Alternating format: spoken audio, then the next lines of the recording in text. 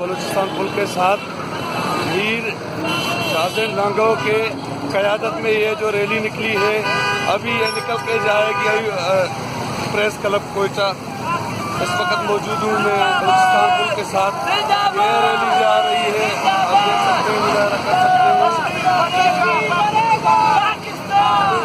ये सारे उनकी क़यादत में निकली हुई है।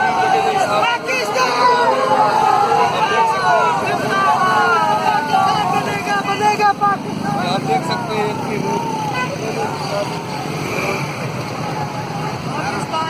पाकिस्तान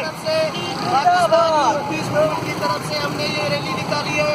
इंशाल्लाह हम इंडिया को बताना चाहते हैं कि हम पाकिस्तानी हैं, हम बलूचिस्तान के नौजवान इंडिया को हर प्लेटफॉर्म पे जवाब देने के लायक है।